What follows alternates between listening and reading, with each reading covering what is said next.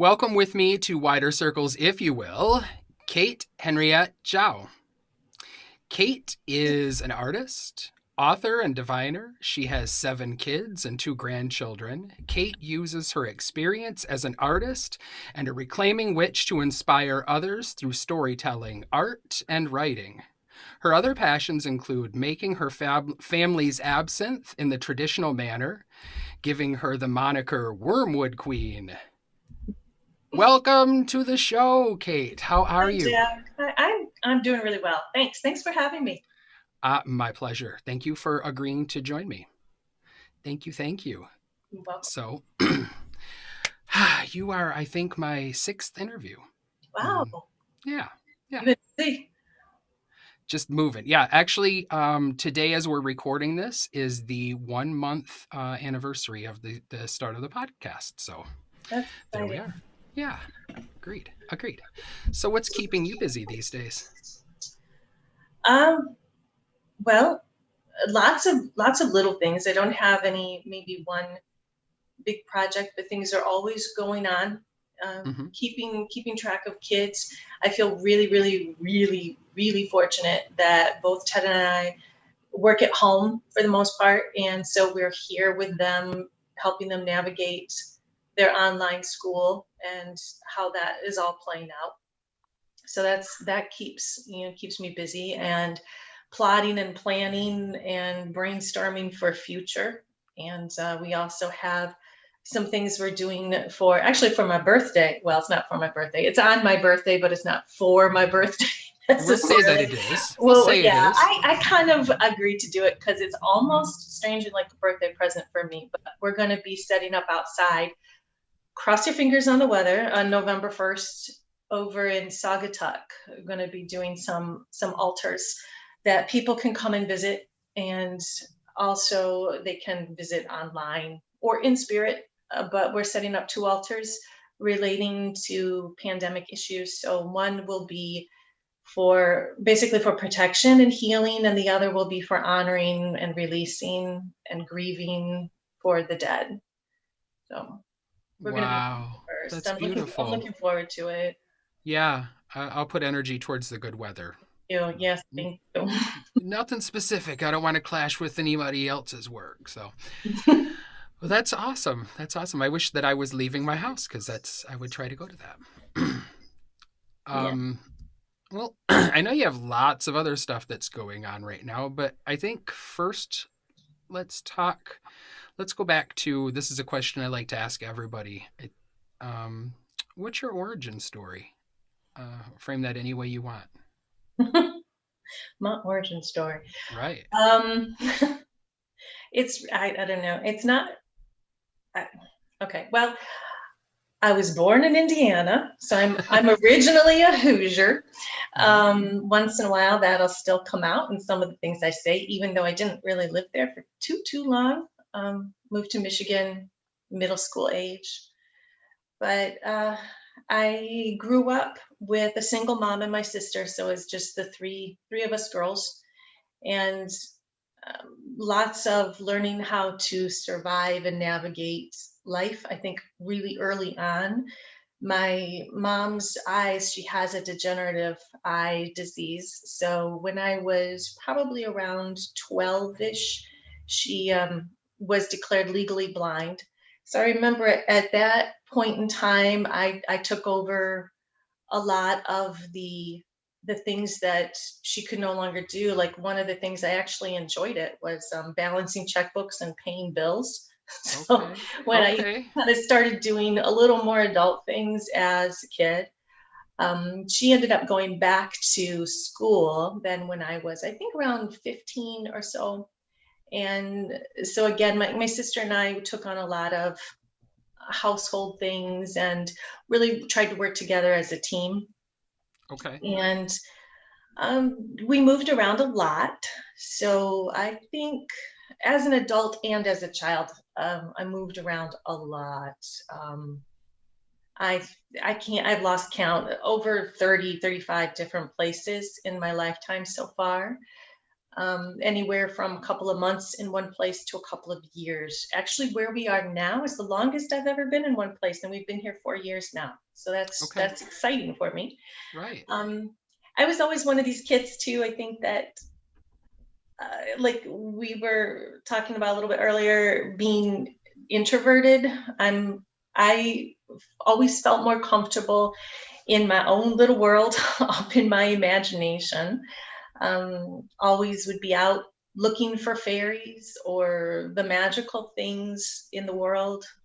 Would have really creative, lengthy worlds and conversations and things that were in my head. I just would play. I was happier being alone and drawing pictures or writing poetry or wandering in the woods, when I was a kid, more than anything. In fact, although I got a little nervous about that once, we lived in a place. One of the places we lived at one point in time was much more rural, and there were vineyards and lots of land. Just a little bit down from where I lived was this wooded area. And I did know that behind the wooded area, there was an open field, and lots of people, like older, young adults or older people, would go back there to party. So there was lots of drug use and different things that were not so savory that would go on behind that area.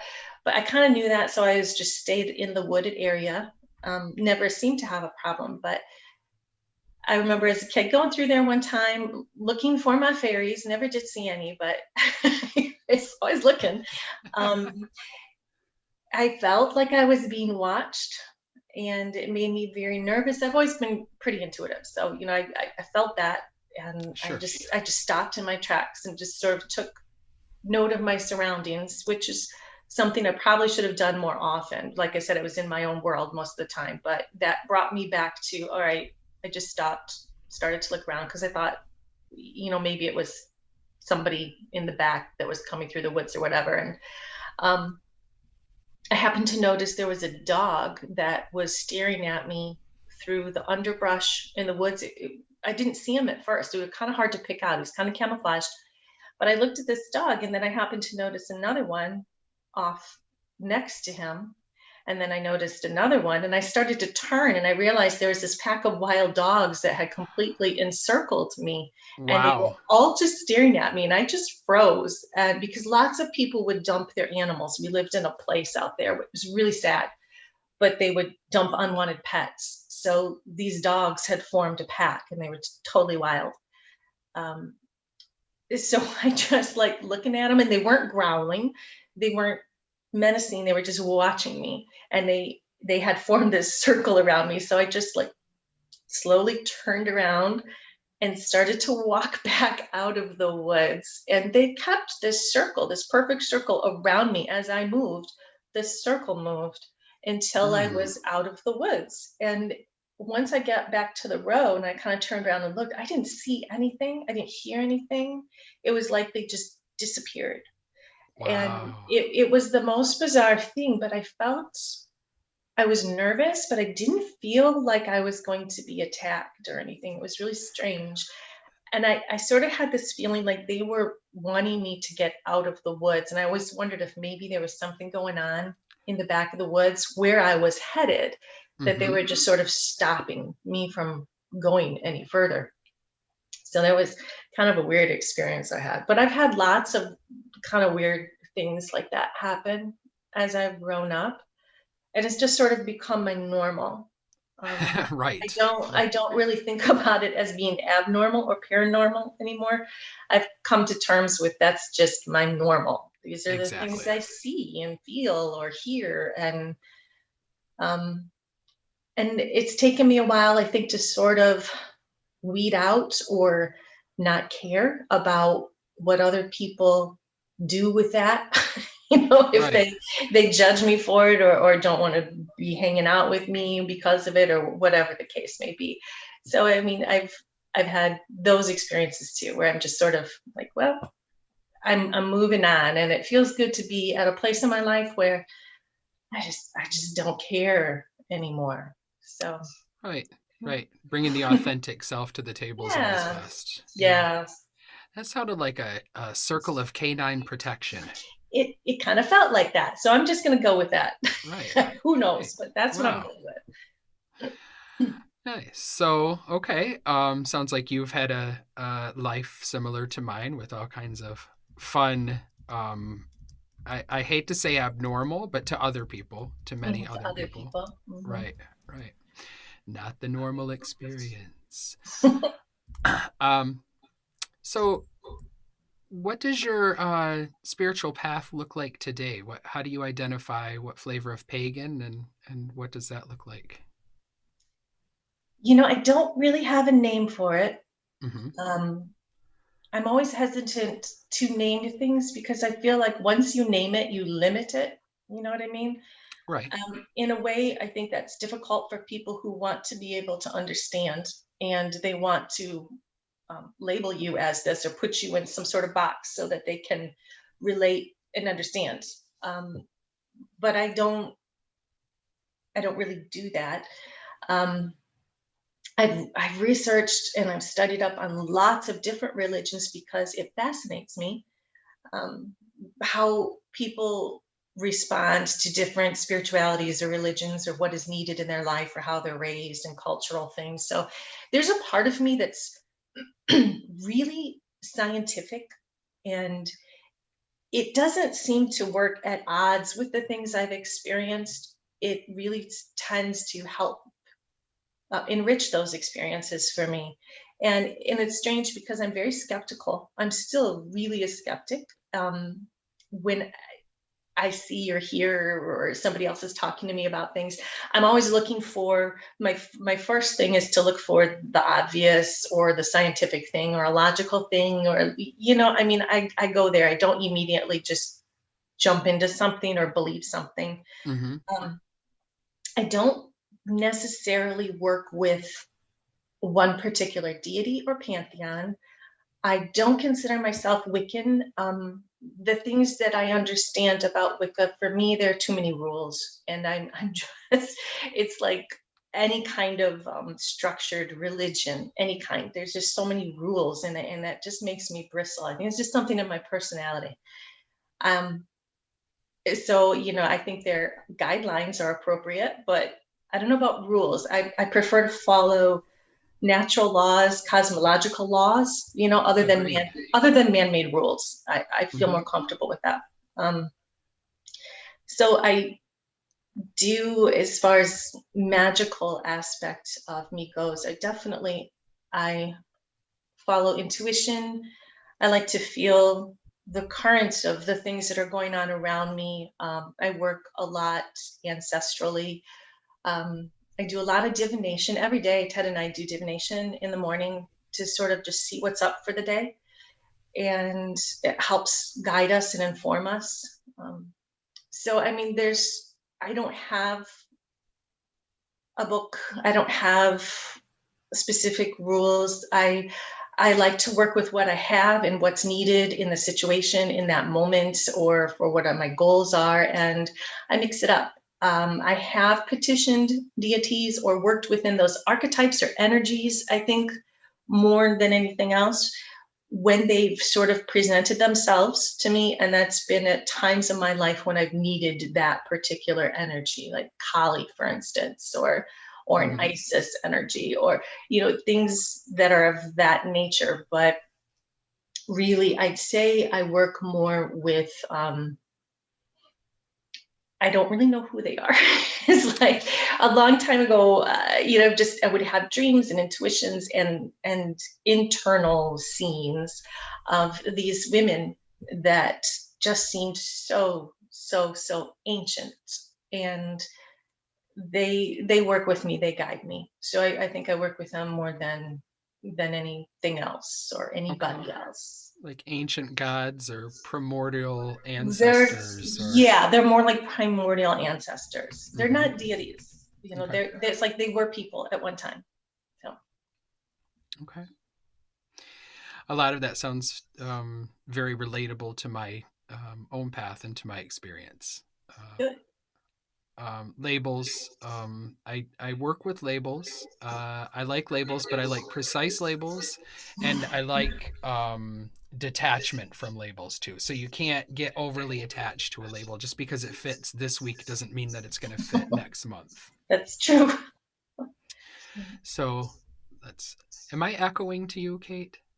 No, you sound okay to me. Okay, great, great. I hear a little bit of echo on my end, but technology, it Yeah, loves me. it must just be your end. Yeah. Yes, I'm not surprised. Okay, yeah. So that's yeah. I a lot of times when people ask me about my spiritual path, I relate as a spiritual mutt. Yeah. I yeah, a lot of stuff as I walk through the world seems to cling to me, Mm, for lack of a better way to say it. Um, I understand. well, so let's talk a little bit about. Well, you mentioned that divination is a normal part of your life. Same Mhm. here. Let's talk a little bit about the Isis Oracle board. Okay. Yeah. My favorite. That is something at the point in time in my life when that was when ISIS was stepping forward quite a bit. And I say ISIS or, like that energetic, that what I was needing in my life at that time. And I did some research on her, and it's really, really interesting backstories as a side note, and how she's moved through history and has morphed and changed. But the mythology of her and even the physical characteristics of Egypt, like the geological characteristics of Egypt, it all fit in a way that I felt that I could work with in a form of divination. In addition to that, the hieroglyphs that I used worked for me because it was not my language.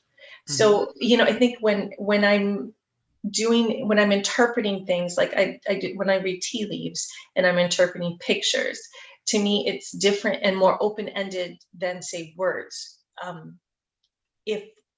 If something, like when I am reading for somebody, I don't want to know. It's like, don't tell me anything. I don't want to cloud my judgment. I don't want to. Same. We can talk later, but don't tell me anything now, because then I get concerned and I start to doubt myself. Like, am I getting this information because it's already something that I believe because of my own experience, or is it really open and coming to me freely? So if I have things that run parallel, like hieroglyphs or pictures, as opposed to words that could have different meanings or connotations, it helps make me feel like I'm receiving things more cleanly, I guess. So when I did this is relatable to you, as you throw bones. So it's like I'm throwing stones instead of bones. I Mm-hmm. use I use a howlite stone that I found. It's actually a bead, um, but it's a howlite that's been dyed a turquoise color, and it made me think of the colors and the stones, like the lapis and the different colors that were used in Egypt at the time. Right. Howlite is also really good for like accessing past lives and different intuitive properties that the stone itself has. So I chose that particular stone. In addition, it's shaped like an equal arm cross. So that, not the Christian cross, but the equal arms, like the four directions, and all of the other things The that go with that. solar cross. Mm-hmm. Yeah, yeah, so many different symbols with that. So I picked that as well. The board itself is a wooden plate that I hand draw and stain and paint, that shows a figure of Isis in the middle and the hieroglyphs that go all around the outside edge. There are tons of symbols in the board, and it's divided up in such a way that when I cast the stones on it, I can read not only what the hieroglyph is on the stone, but where it lands on the plate all has a meaning for me. And sometimes if it flies off the plate, that has a meaning too. So it's Right. it's been something that I developed. It's unique to me, and I do sell them on my Etsy page, but it works so well, at least for me, and from what I've heard for other people. It's incredibly accurate. It really. it's a chatty thing, it really likes to talk and likes to talk. So it's been really good, and I really, really like it. I enjoy working with it a lot. I know it has my interest peaked, and I hope that at some point in time there is something that's more tactile Yes. I've been available. Because thinking about that since our conversation. I've been really mm-hmm. giving it a lot of thought, and I'd like to Mm. be able to figure that out. Ooh, I'll have to make now, one special for you. oh, happy dance, happy dance. Cool. Um, well, let's move into some of your writing. Mm, okay. I have to say that I just picked up my copy of Absinthe, Alewives, and Alchemy, and I'm on chapter 7. I just started when I Okay. stopped reading. So I want you to talk a little bit about that. But before you do, before I forget to ask, will there ever be an audiobook edition? I really want there to be. I don't know how to do it yet. I need to figure out how that all works and to get that set up. And I have not, straight up, I have not taken the time to figure that out yet. Okay. Okay. But that is, something that I'm aware of and Okay. Great. I would like hope to do. so. I hope so.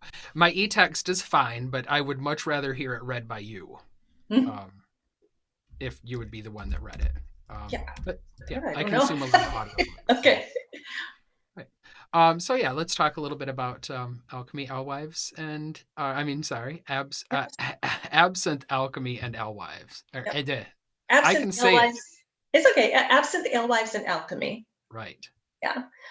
Um, that book was the first book that Ted and I wrote together. We had Hmm. written separately, but that was our first adventure at writing together. And on top of that, it's very personal. The book is fictitious to a degree, but I write it as fiction because, really, who's going to believe any of that's true, right? Hmm. It's Right. kind of like, Right. but, like 99% of it is. So, that was difficult because it I had to be very honest about my life, and I had to look at things that I had just sort of stuffed away for a really long time and was quite happy with having that door closed. So opening that up and rehashing a lot of the memories and then trying to formulate that into some sort of cohesive story, and then Hmm. having to write that with somebody else who is, we're reading what each of us has written and then critiquing and then, you know putting that all together. Right. It we Oh my god, I we cut out a lot of that book and tried to really focus on what was relevant, what was carrying the story forward, and it was really interesting to do, and it was difficult to do. And one of the things that in the writing of that book, I was able to sort of rewrite my past. Hmm. Not that the events changed, but my perception of the events changed, which changed me. And there were so many times I would write something and Ted would read it and he'd just look at me. He's like, I don't I don't remember that, or I don't remember it that way. I don't remember you as being like that. And his version of who I was and how I handled that situation from the outside looking in looked so much braver and smarter than I was feeling when I Mm. was in it. Right. Like Right. one thing I was writing about is like, I'd write something like, and then she cried, or, and then she cried. It's like, because I felt like all I was doing during this time period was sobbing about things and just being really set in sort of a victimhood mindset. Okay. And even though internally I could feel like that, externally I was not acting on it. I was pushing myself to do the things that I needed to do and to survive and to learn and to get through a really nasty relationship at the time. Coping and adapting. Yeah. Yeah, internally I didn't feel like I was, but so it was really nice to get someone else's perspective who had actually lived so much of that with me. and to be able to be on the outside looking in. So it was difficult, but really important, and a really good thing that we did. It was also for me a way to retell the stories of my ancestors that had been lost, and not just like for my ancestors, but I felt like for so many people who were disadvantaged during these times in history, either because they were a woman or because of their gender identity or Yeah. sexual preferences or whatever it was. Somebody who was basically not a white privileged or male in a position of authority, which left a lot of people out there that were, Right. you know, during those time periods, especially, was a scary thing for them to navigate. So, bringing in a lot of the historical things that happened and how various people were able to navigate those things was important for me to kind of retell my ancestral stories. But it's also, and hopefully you'll see this as you read it, one thing that I noticed in going back through time and bringing it forward to what I'm living now is not just how much has changed, but how much has not changed in a lot of ways. And that, I think as a diviner, you probably talk to people about this where ancestral stories for them will come up, and Right. it'll be like repeated patterns in their lives that they have to break because they're living it, but their granddad lived it and their great great grandmother lived it, and it's like Yeah. these same patterns that Cycle. Yep. come through, yeah, cycles, and they're usually the negative cycles that we see Right. that come through. And that's something that I noticed in my life and in my writing and with my own personal ancestral stories. And I think, God, I need to change this. And so this book was, I think, my first step to resetting a lot of things and rewriting my past so that hopefully the future just gets that much better, not just for me, but for, my children, my great grandchildren, my, everybody who's coming down the line after. Right. Right. It does sound a little bit like it was a process of shadow work. Yeah, it was. Yeah. It Yeah. was. Right. It's difficult, but I never felt closer to him than during that time when we were writing because you Mm. have to be so raw and honest and communicate. And I don't really think that many people anymore are taught how to communicate. We hold, myself included, especially me probably, I hold a lot of things inside of me that I don't talk about or share, and I'm really trying to break that habit and trying to be braver about that and more open about it. Mm-hmm. That can be tough. It That can be is tough. Yeah. rewarding though. Once you bust through it, it's Yes. rewarding. It's Yes. light, like you feel lighter. Right. When I broke through that, I think I became TMI Jack. It's just like I went from like not telling, and I was like, I'm just everything's just open book.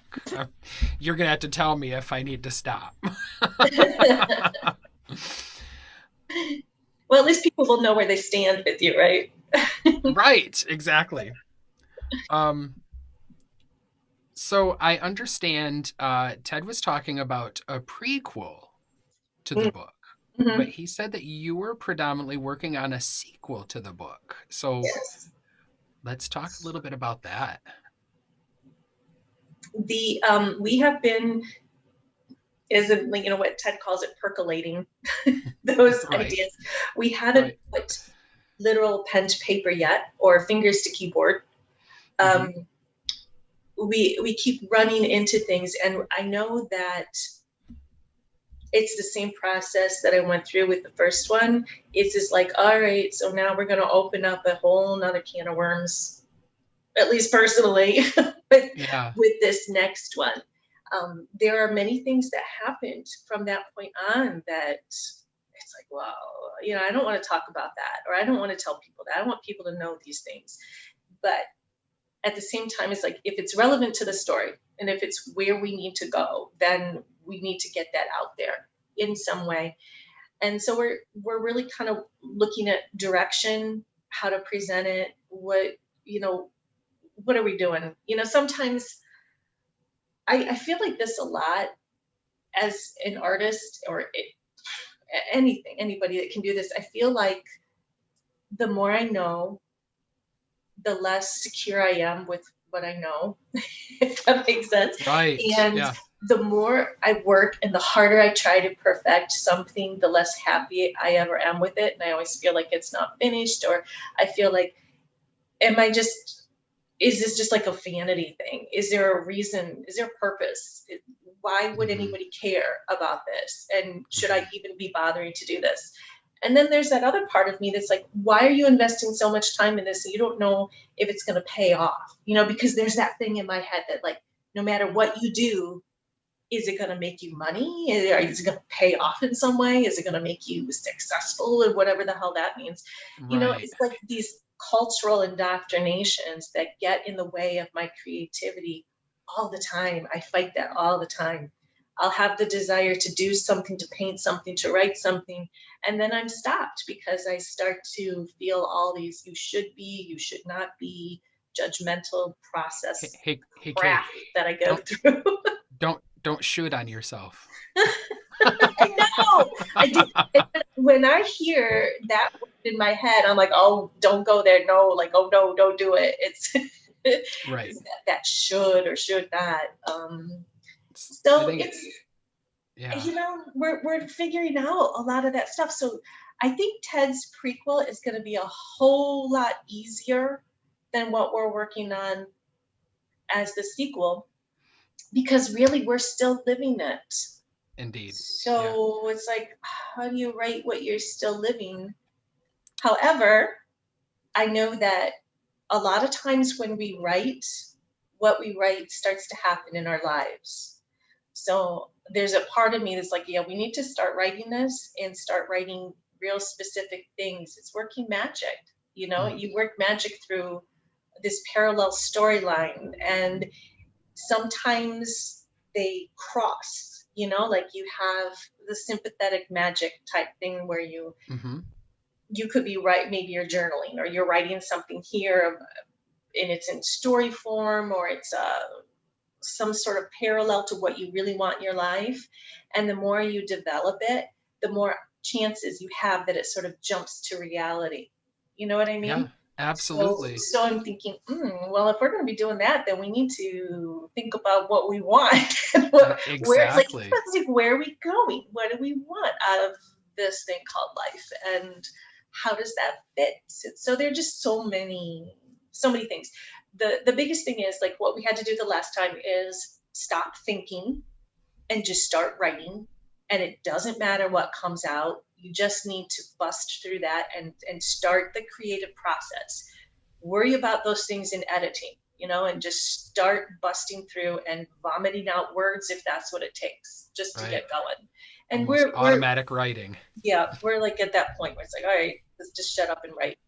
And I wish I could give you more details, but it's like it's all so developing still. So that really just piques my curiosity, though. So I mean, I like the concept, the notion that you're writing about the things probably recent past and things that you're going through now, but also it sounds like it's going to trek into the future.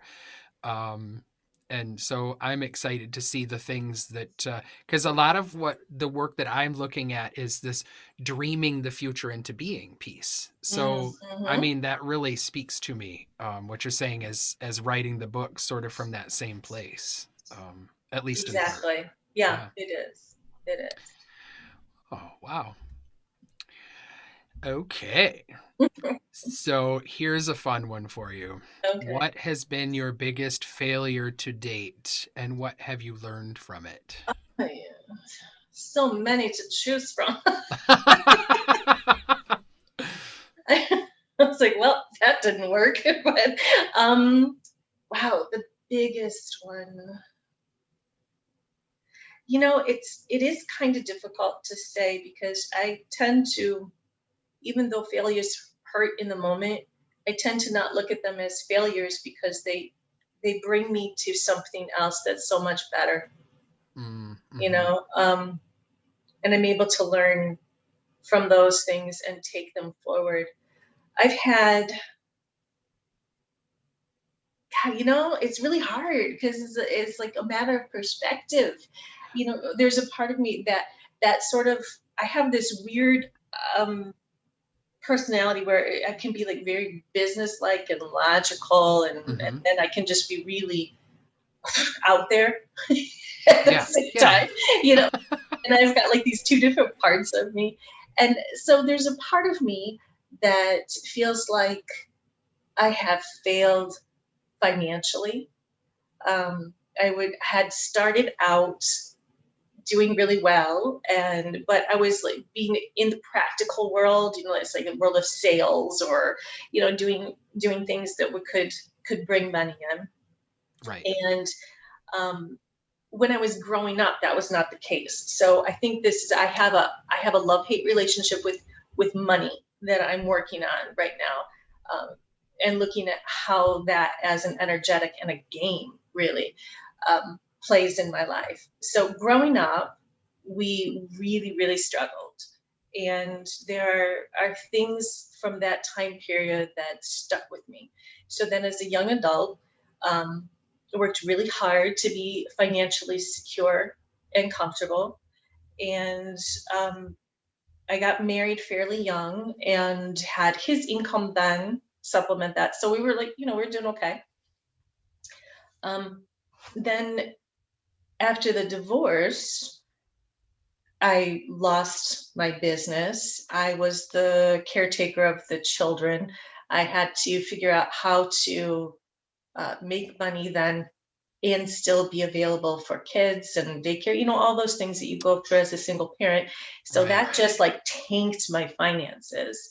And I struggled really hard from that point on. And there was a time where I finally had to declare bankruptcy. And I felt really, really horrible. That was a really emotional time for me. I felt like this complete and utter failure, Yeah. and a failure as a parent, because I wanted to be able to give so much more to my kids, and I did not want them to have those repeat those patterns like I had when I was a kid and struggling up, as you're growing up for money and financial things, and worried about that when you're young. It's like you don't want to have to worry about that. You want to just be a kid.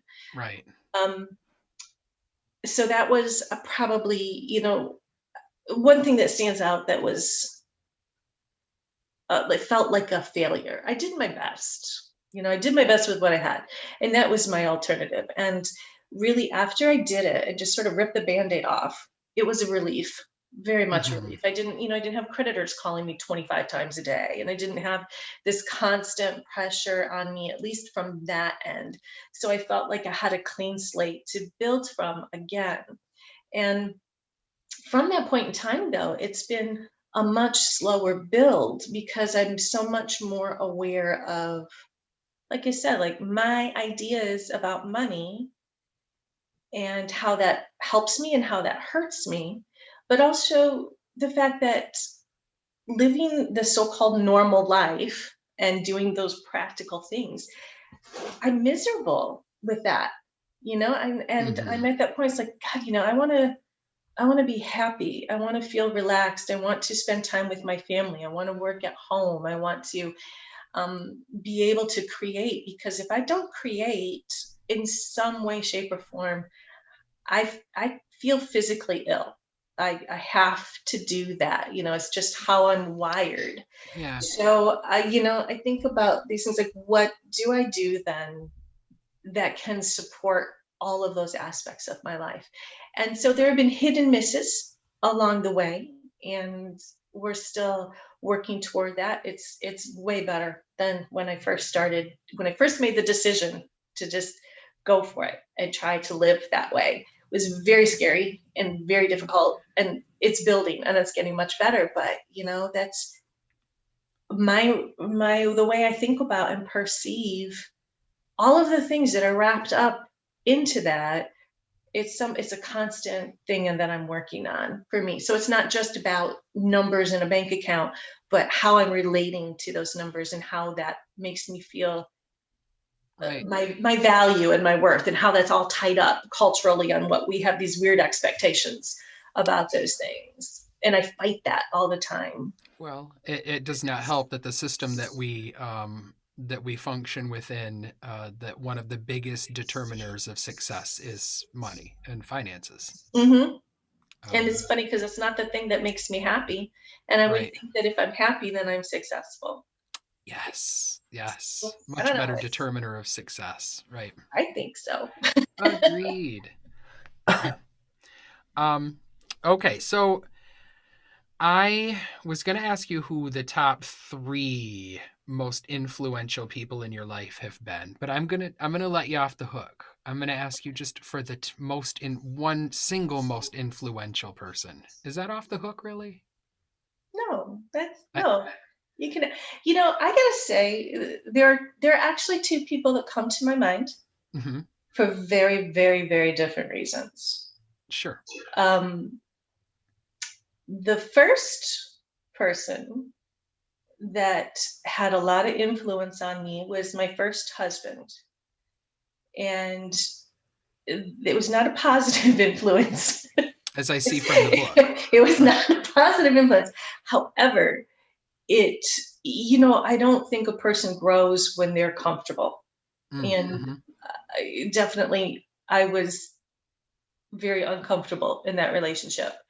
So it really forced me to make some decisions and to look at some things within myself, to start that whole kind of that ball rolling for personal growth. But really, the person who's had the absolute most influence in my life in a positive way has been Ted, who I'm married to now. Mm-hmm. Has taught me a lot about myself. And again, it's not comfortable. I mean, because he's you've ever gotten into an argument with him, or you don't win. I can imagine. I've not, but I can I mean, imagine. I have like all sorts of strategies to avoid things, and no, he won't let me. So I have to, it's like I have to face this. I have to do this. I have to grow up. You think I'd be a little more grown up sometimes at my age, but maybe not What so does much. grown up mean? I don't know. So he's been very, very influential, for that. Very supportive in my growth and who I am as a person. Mm. Um, my thoughts about even about spirituality. I'm so I feel so fortunate to be able to live with somebody who thinks like I do.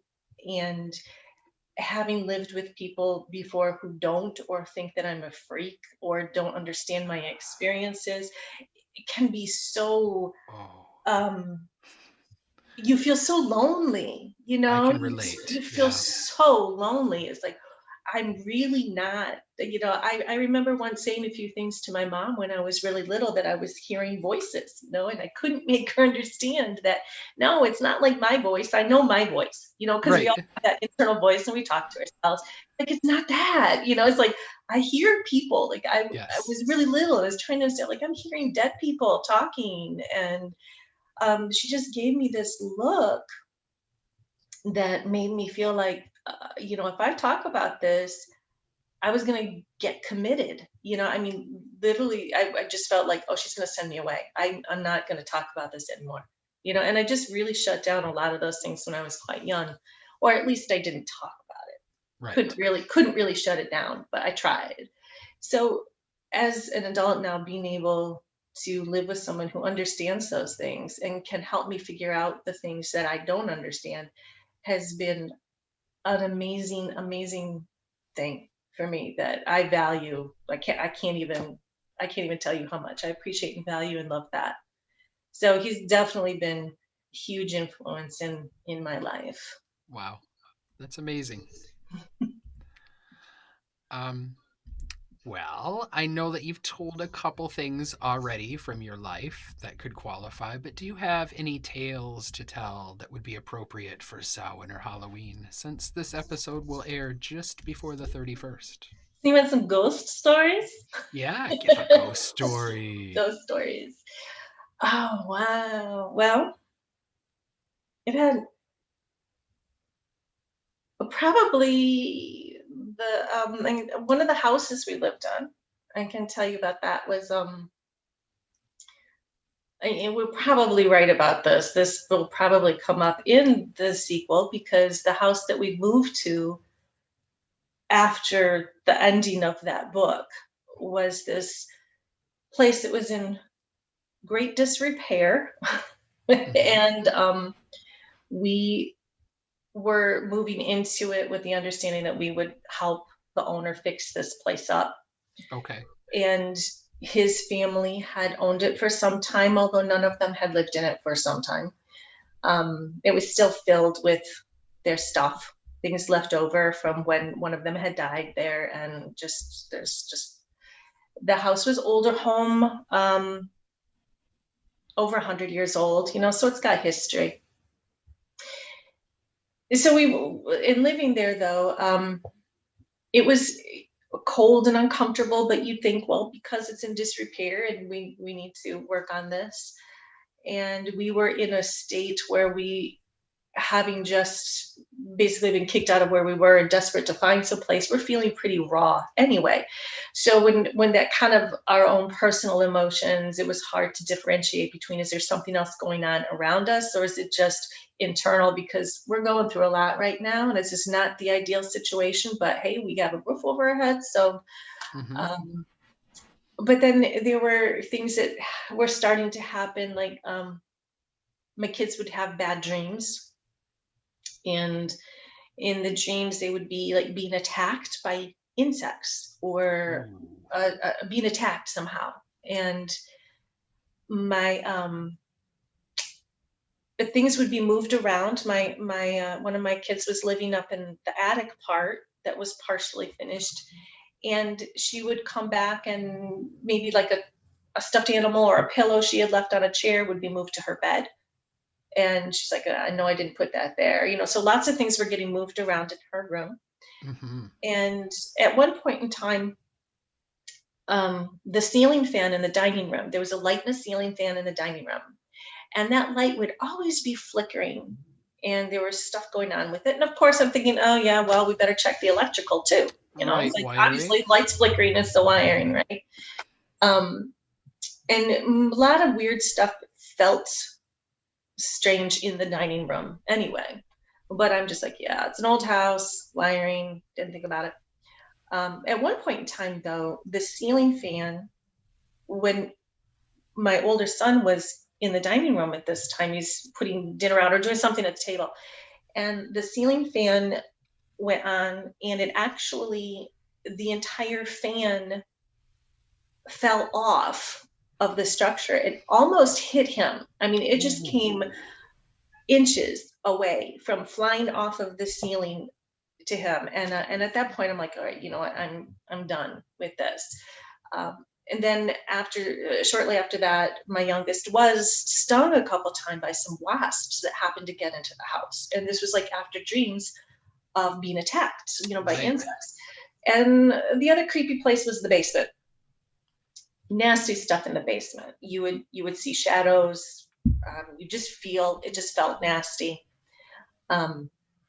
So I actually called in a couple of friends of mine to help me clear the place out, because I had done some clearing and I had set up protections, but I would have to keep setting up protections, which was really weird. Usually you set something in place, you're good. It's good for a while. It's good. But this would be like, it was like eating the energy that I put out there, and it would just drain. And I put it up again and it would just drain. And it was like, it would just get sucked into the ground. That's how it always felt, like the earth was eating it up. Okay. And so I had some friends come over, and we sat down in the living room, and like, all right, let's see what we can do to clear this out, because I need help. I've done what I can do. It's not working. I'm not getting to where I need to be. So he and I did some work, and immediately everything was drawn to the dining room, and my dog positioned herself between the living room and the dining room. And as soon as you felt them step in, she turned and started growling, facing the dining room. and all Oh, her hackles rose up, and she's growling. yeah. And this, I mean, with your eyes, like your physical eyes, you couldn't see anything there, but I could sort of mentally see there were two Hmm. women and there was a man there. And the women, somehow the man had trapped these two women that were with him. And the story that I was getting was that these two women had messed around with some sort of like hoodoo or voodoo spells or something that they really didn't have a grip on how to deal with. And the man that was with them was had already been like these two women in life while they were living did this and somehow got this man pulled in who helped them reach this goal. But the deal was then once they died, they were like stuck to him, like he controlled them. Mm. He was the one that was the issue, not really them. We were able to clear them out, really no problem, and move them on. But he was really aggressive and was and that was like out of my wheelhouse. The things that he knew, I didn't know how to deal with particularly. He felt like he worked with a lot of darker magic and things, and I didn't know, like, geez. The thing that came to my mind though, because I understood that he practiced, the way he practiced, I had a cobra skin, a white cobra skin, snake skin, the whole body that I went to get. And because I was thinking, the thing that came to my mind is I needed to call in Dambala Hmm. to get this guy out. I was like, Yeah. I don't, I can't do it. I need somebody to help me with this. So I got the snake skin out and I called him in to help. Basically, it's like, hey, there's one of yours here. and he's kind of lost his way. He's, attacking my family, and this is not cool. And he needs to go. You need to do something with this dude. And the most bizarre thing was that I see this image of this huge white snake, and I felt really comfortable working with Dambala, and also Aedo because I dreamt of them so many times, even as a child, before I understood anything about them, Hmm. or like the Aboriginal rainbow serpent and those stories. Yes. Yes. I would see them and dream about them. So I was like really comfortable just calling them in and basically saying, "Here you go, please do something with this." And the image that I got, like I could see in my mind this huge snake who actually went and swallowed this guy, like he ate him. He took him in his mouth. But the creepy thing was I could hear bones crunching, like he was being chewed up Oh, by the wow. snake. And my friend heard that too, which was really weird to me. That, it's like, okay, I'm not just, hopefully, Right. not just making Right. this up, but I could hear Right. the bones crunching. It was so disturbing. But after that, like my dog stopped growling, everything kind of relaxed a little bit. But the one thing that was in the house, I cleared out like that kind of stuff. But the thing in the basement was different. And that was not human. That was like an earth diva, or Hmm. something like that. And that was underground. I just felt like it seemed like she was underground. And I didn't get a clear story, but I what I was sort of intuiting was that originally, before the neighborhood was built, this was a Native American land, an area, and they got pushed out.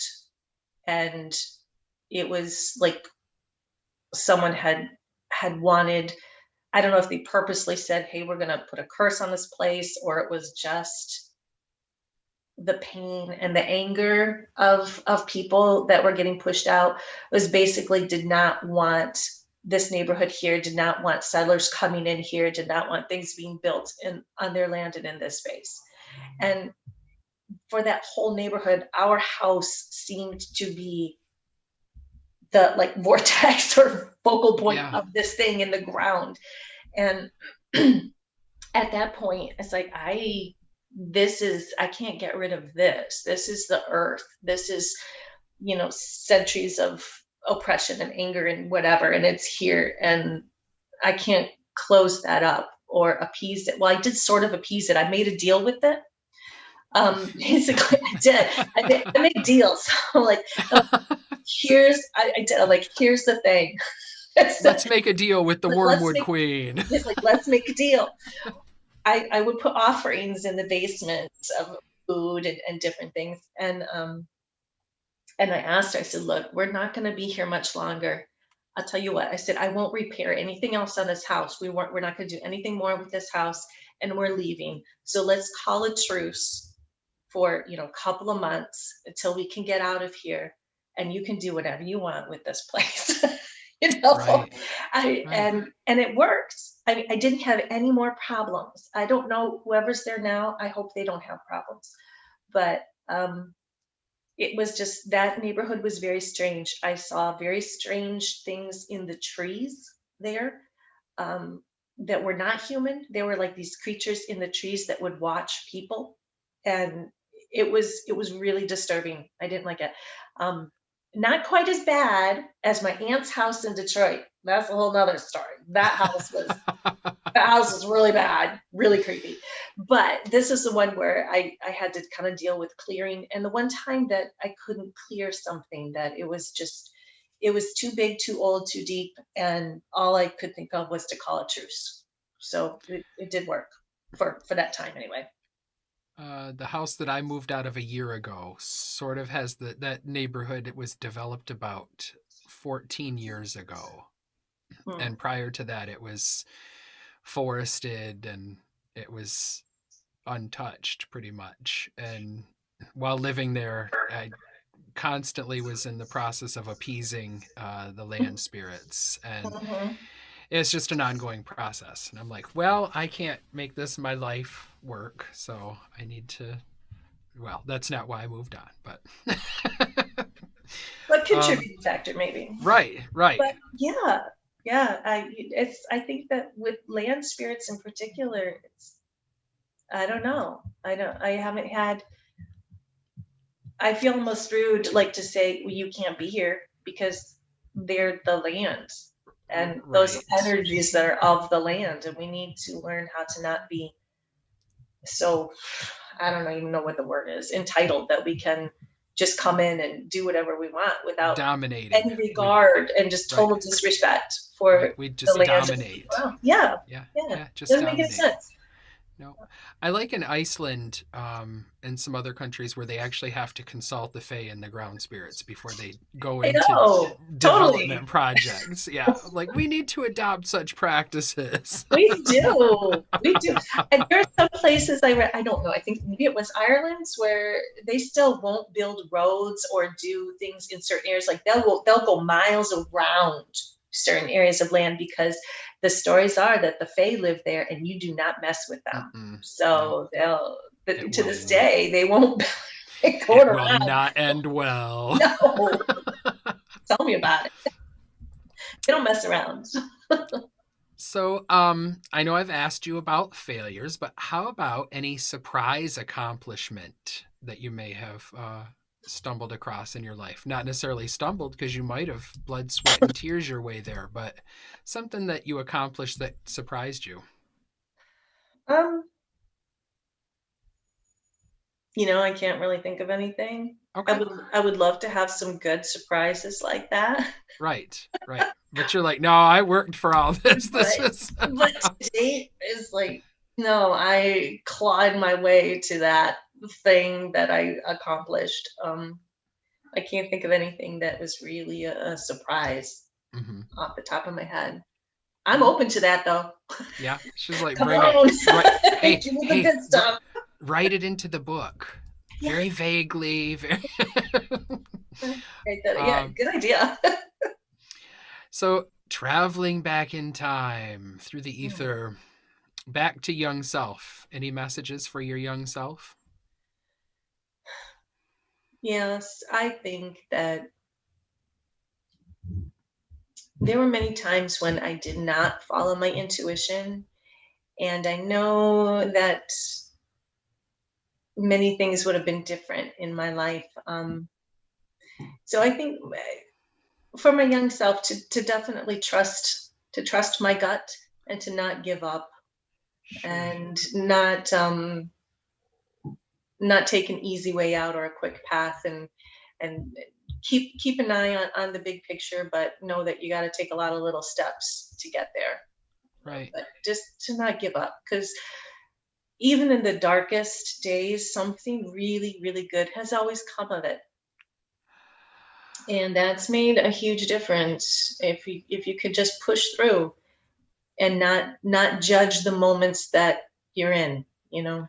I think just don't judge it, just write it out, and it gets better. And I find that in a lot of those trials that we go through, that there's some sort of medicine or wisdom to be pulled from it. So Mhm. that's usually when I find myself in the hardest of times. I start asking, "Where's the medicine?" And I don't mean the pain reliever. I mean, Although that can help. it can help. Yes, yes. But yeah, agreed. And that whole intuition piece that comes up in so many of the readings that I do for people about listen to the intuition. How many times do you have to find yourself after Mhm, the fact going, I knew that I shouldn't have, or I knew that I should mhm, have? All it comes up all the time. mhm. So I know that's a common thing, and that would be a very good message to give to young self. It's hard to trust yourself, though. It You is. know, It I is. I don't know why that is. What happens to us along the way that we get filled with doubt? I think it happens for everybody. I think so. It's Yeah. just very difficult to trust yourself, or Yeah. to go ahead and know it's okay to make a fool of yourself once in a while. You know, It it's like, it just put it out there, do it. You're not gonna make the shot if you don't take the shot. So they say, right. you know. Yeah, So exactly. Exactly. yeah. Wish it weren't so hard sometimes. Yeah. Easier said than done. Yeah. Any wisdom that you would like to pass on to your great grandchildren? Yeah, probably not to take life so seriously, to have fun, Mm-hmm. and really enjoy all the little moments along the way, instead of Mm, being too focused on that ultimate goal. Notice all the little things on the way to getting there, and and right. to and to lighten up, not be so serious about things. It's Yeah. just it's just not worth the emotional drama and exhaustion. Yeah. Yeah. Focus on the journey, not the destination. Yeah, definitely. And listen to your intuition. Same And stuff you yes, tell young self. yes, exactly. uh, okay, so here's a question appropriate to this time of year. Okay. Last meal. Last I meal. know you're like, I'm not that attached to food, but I'm going to press you for something. I'm going to It's press funny you. because I love food. I love eating, and this whole time being at home and inside, I've really put on the pounds. So like, I got to get a grip on things. But God, I don't have a favorite. Mm-hmm. I I can't think. I mean, I just think that if it comes to that point in time, really the last thing I'm going to be thinking about is food, and that I would want to be with people. I want to be with my family. I want to be with people I love. So Yeah. really, if I'm going to have a meal, I think the point is I want to share that meal. I don't care what it is, but I don't Oh, want to eat it alone. right. You know, Okay. That's beautiful. It doesn't matter what it is. it doesn't. So Just who I'm be with, with. Right. Oh. yeah. Um, so, is there anything that you would have asked if you were conducting this chat? If anything that I may have neglected to ask you? Well, I don't know. This is the first time I've really done something like this, so it's hard for me to say. Oh, Um, I'm I'm glad to sort of put to the test that part of me, because I've made a commitment to being more open and to, hmm, like I said, not be quite. Naturally, I'm very introverted, so when I can fake it for a short term, for a little bit, like, yeah, right. I'm an extrovert and I'm out there, I'm doing this, but it's really hard for me.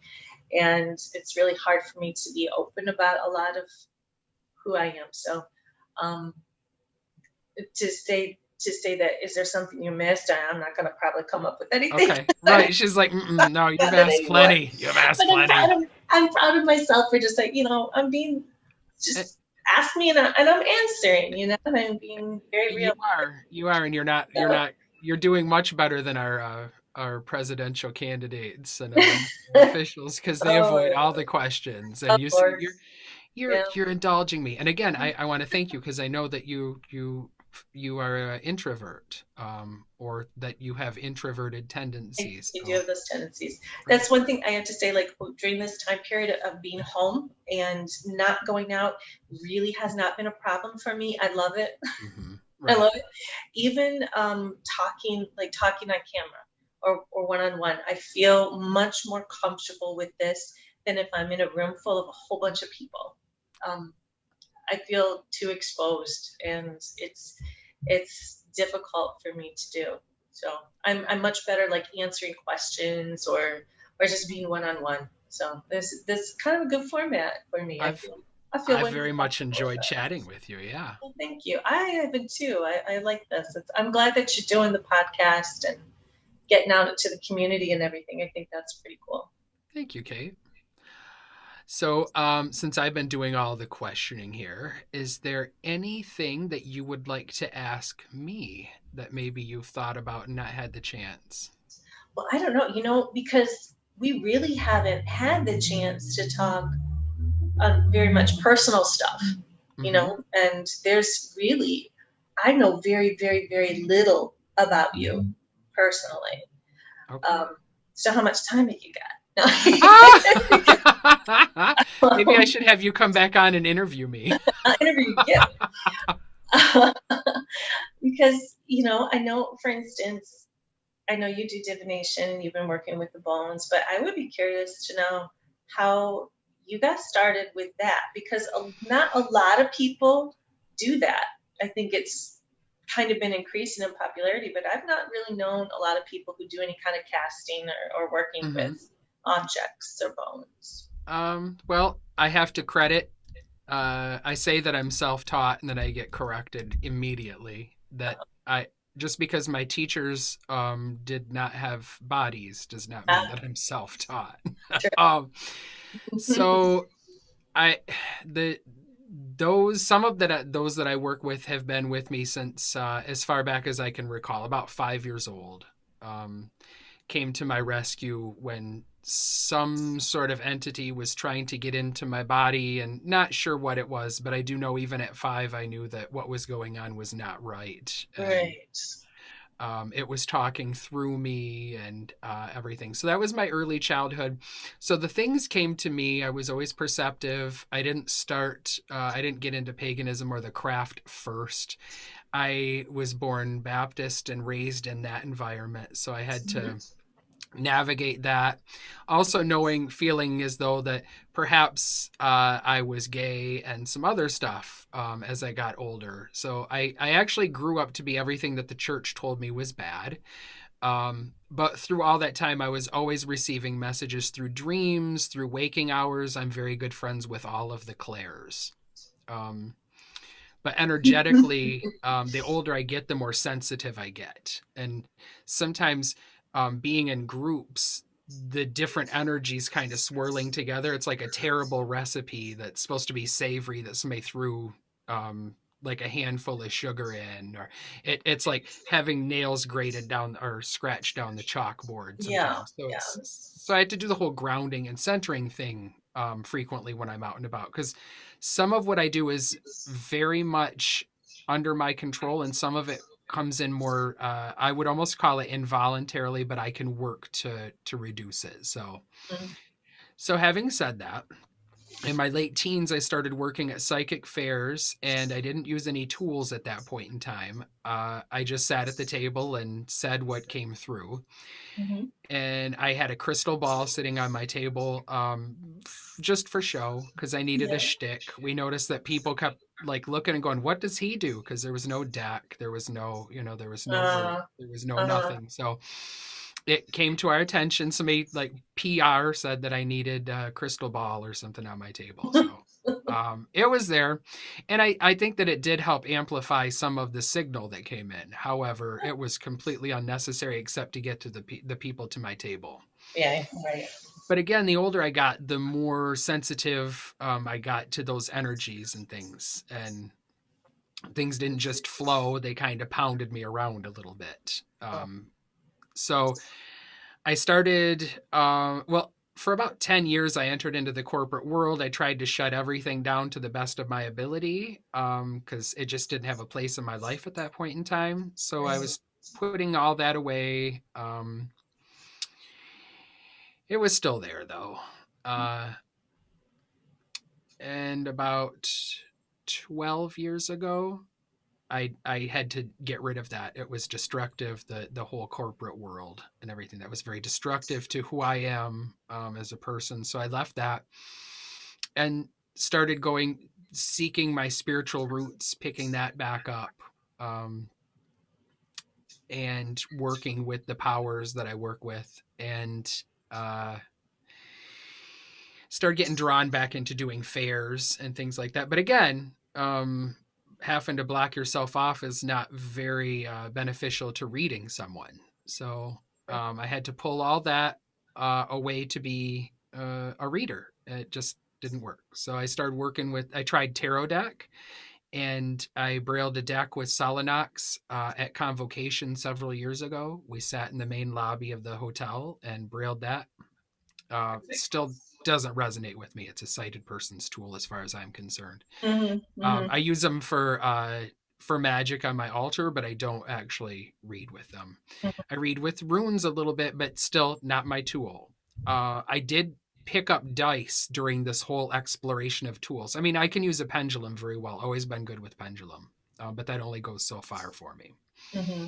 Um, so I started throwing dice, and I found several different methods of throwing dice that resonated with me. And I was exploring creating more methods and doing all this. But in the process, I'm a pack rat, so I collect all the little baubles. If I go to a ritual and you give me some little bead, I'm going to have it 30 years from now. I do I'm that. just right.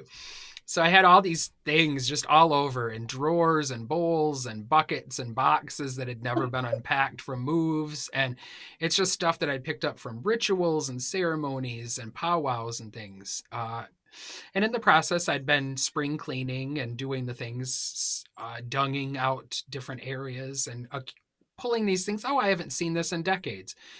So, unbeknownst to me, I was actually assembling my first bone set with a lot of these things that I'd been carrying around for decades. And one day, when I was researching more ways to throw dice or rolling bones, I came across throwing bones, and all of the it was like being on a game show. Da da da da da da da. I'm like, okay, that's what I'm doing. That's it. Okay, yep. So, um, and what really got me about the whole process is normally my guides, if they really want me to do something, they're very loud about it. They don't Hmm. play scavenger hunt games. They're not, it's not a subtle leading to, it's not like that particular instance. But for whatever reason, I don't know if I needed to stumble across it subtly or what the deal was there. But that particular time it was more of a I have no idea what's going, and actually it wasn't even so much because sometimes I'll be doing work for spirit that and I really don't know what I'm doing. I'm just doing what I'm doing. Hmm. That particular time I didn't even realize I was doing anything while I was doing it, so I should be more mindful of that. Well, it worked for you though. It did. That Yep. that's very interesting. No, and I do acknowledge that through my life I've worked with entities that had their own agendas, which I Yeah. find that to not always be an uncommon thing. No, it isn't. No. So I always tell my students to be mindful of that when you are Hmm. working with those on the other side, whether they be ancestors or Hmm. um, yeah, mighty dead or what we're talking about there. That Right. like people, many of them have agendas, so Yeah. know what that is. Well, I recall working with a spirit once, not a human spirit, and I would lean more towards a demonic type spirit. But we both had a common Hmm. common enemy. So Right. so it worked. It's like normally I wouldn't be working, and nor would this thing be working with me, Right. but everybody's got their motivations, and it was just something that worked. So I guess you, Absolutely. you go with it. But yeah, you need to know those things and not just. I've run into that a lot. People asking me questions, ancestral, like if they're working with ancestors and then something bad happens, and it's like, just because it's family doesn't mean they really have your best interest at heart. There can be other things going on there. It's like it depends on your family, and for some people, it's like maybe you just don't go there. You don't need to. There's no rule that says you Right. have to work with your family or your ancestors, or Right. or maybe you got Right. to go back multiple generations to get to Way, someone who's in sync with you. So, way back. Yeah. yeah, way Yeah. back. Way back. Yeah, which is sad, but it happens. That's okay. Yes, I Mm-hmm. mean it is what it is, and we can't do It anything is. about what has been. Well, Right. that's not entirely true, but No, but yeah, that's I a know. different I know what discussion. I know That's what a you're that's a whole different discussion. saying. Well, Kate, I really want to thank you for joining me. It's been Thank an you for absolute having me. yes, definitely. I hope that you'll come back again in the future, maybe to talk about tea leaf reading or something. Sure, I'd love to. That'd be awesome.